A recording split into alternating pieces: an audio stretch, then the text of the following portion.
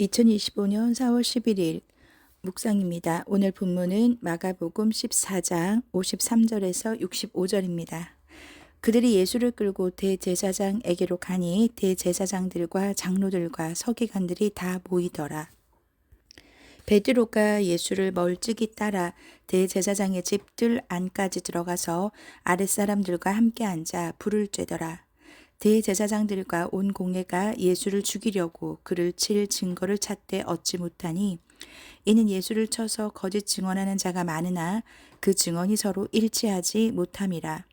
어떤 사람들이 일어나 예수를 쳐서 거짓 증언하여 이르되 우리가 그의 말을 들으니 손으로 지은 이 성전을 내가 헐고 손으로 짓지 아니한 다른 성전을 사흘 동안에 지으리라 하더라 하되 그 증언도 서로 일치하지 않더라.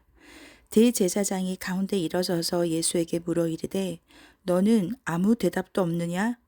이 사람들이 너를 치는 증거가 어떠하냐 하되 침묵하고 아무 대답도 아니하시거늘 대제사장이 다시 물어 이르되 내가 찬송받을 이의 아들 그리스도냐? 예수께서 이르시되 내가 그니라. 인자가 권능자의 우편에 앉은 것과 하늘 구름을 타고 오는 것을 너희가 보리라 하시니 대제사장이 자기 옷을 찢으며 이르되 우리가 어찌 더 증인을 요구하리요? 이 신성 모독하는 말을 너희가 들었도다. 너희는 어떻게 생각하느냐? 하니 그들이 다 예수를 사형에 해당한 자로 정죄하고 어떤 사람은 그에게 침을 뱉으며 그의 얼굴을 가리고 주먹으로 치며 이르되 선지자 노릇을 하라 하고 하인들은 손바닥으로 치더라. 아멘. 이 본문은 예수님께서 대제사장의 집들 안에서 신문을 받으실 때의 장면입니다. 대제사장들과 그리고 온 공회, 사내들인 공회는 사형을 집행할 수 있는 법적 권한이 없었기 때문에 빌라도에게 넘기기 전에 증거를 찾아야 돼서 신문을 하는 중인 거죠. 그런데 중요한 건 거짓 증언한 자가 많지만 56절에도 증언이 일치하지 않고 59절에도 그 증언이 서로 일치하지 않습니다. 결국 거짓말은 세상의 속임수와 세상의 거짓 증언은 억울하긴 하지만 절대로 끝까지 일치되지 못하는 거죠. 자, 그런데 여기서 우리가 잘 봐야 할 내용은 예수님의 태도와 예수님의 말씀입니다. 61절에 보면 예수님의 태도는 그렇게 증언이 일치하지 않는 거짓 증언들을 물어보더라도 예수님께서는 침묵하고 아무 대답도 아니하십니다. 자, 그런데 61절에 찬송받을 이의 아들 그리스도냐 즉 네가 하나님의 아들이 맞느냐를 완곡하게 표현했던 이 질문에는 정확하고도 아주 당당하게 답을 하시죠. 내가 그니라 즉 내가 하나님의 아들이다 라고 얘기를 하면서 인자가 권능자의 우편에 앉은 것 그리고 하늘 구름을 타고 오는 것 너희가 볼 거다 라고 얘기를 하는 거죠. 인자가 권능자의 우편에 앉은 것은 하나님의 아들로서 그리스도라는 걸 분명히 밝히고 있으시고 하늘 구름을 타고 오겠다라는 건 심판하러 내가 다시 올 거다라는 것을 메시지를 전한 거죠. 여러분 여기서 우리가 꼭 지켜봐야 되는 것은 왜 예수님은 자신에 대한 거짓 증언을 듣고 대답을 하실 때 왜 이렇게 정확하게 말씀하셨을까요? 왜 거짓 증언을 듣고 반응 안 하신 그 침묵하셨던 것과 대답을 정확하게 하신 것이 무엇이었을까요? 예수님은 사실이 아닌 사단이 쏘는 불화살에 굳이 대꾸할 가치도 없이 여기셨던 거예요. 하나님의 뜻을 이루려는 큰 뜻을 품으신 분이기 때문에 예수님 같은 분이 상대할 존재가 아니라는 거죠. 그러나 찬송받을 이의 아들 하나님의 아들이라는 질문에는 정확하게 답하신 것은 예수님의 마음은 저는 이렇게 생각해 봤습니다. 가르쳐 주고 싶으셨던 거예요. 정확하게 진리를 선포하고 싶으셨던 거예요.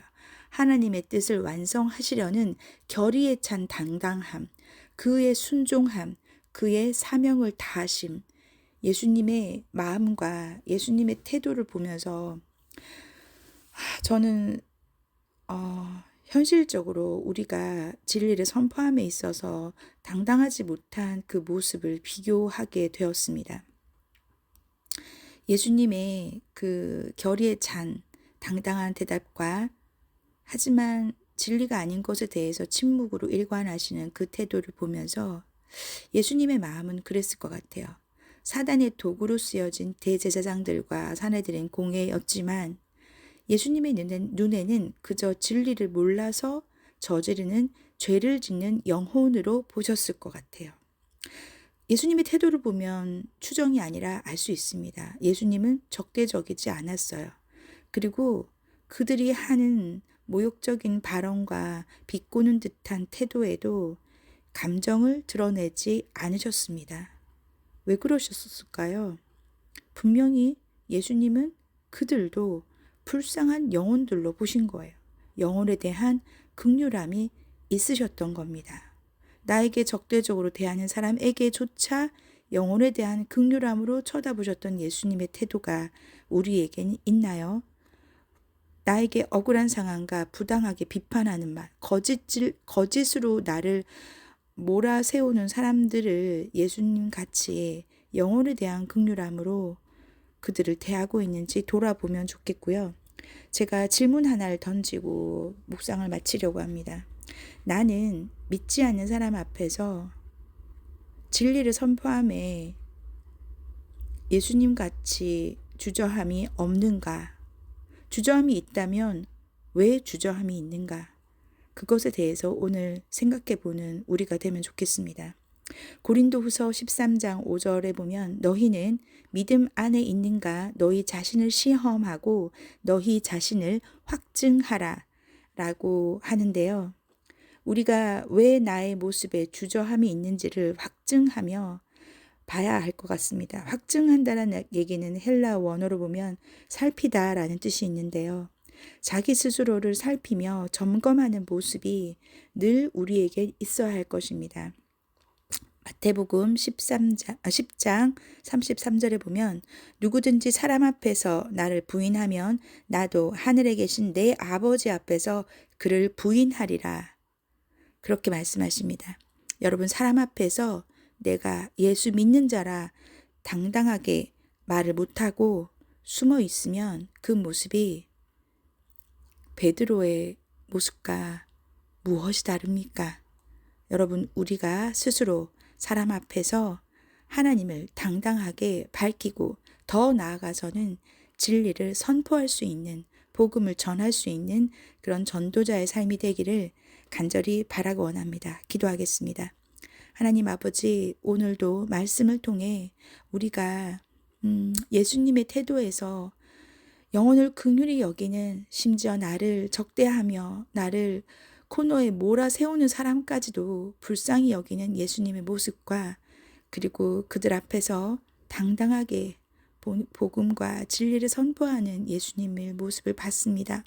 하나님 아버지 우리가 사람 앞에서 내가 예수를 믿는 자라 밝히는 것을 주저하지 않게 하시고 더 나아가서는 그 예수님을 그 진리를 선포하며 예수님을 믿으라고 전하는 전도자의 삶, 제자의 삶이 될 수 있도록 주님 도와주옵소서.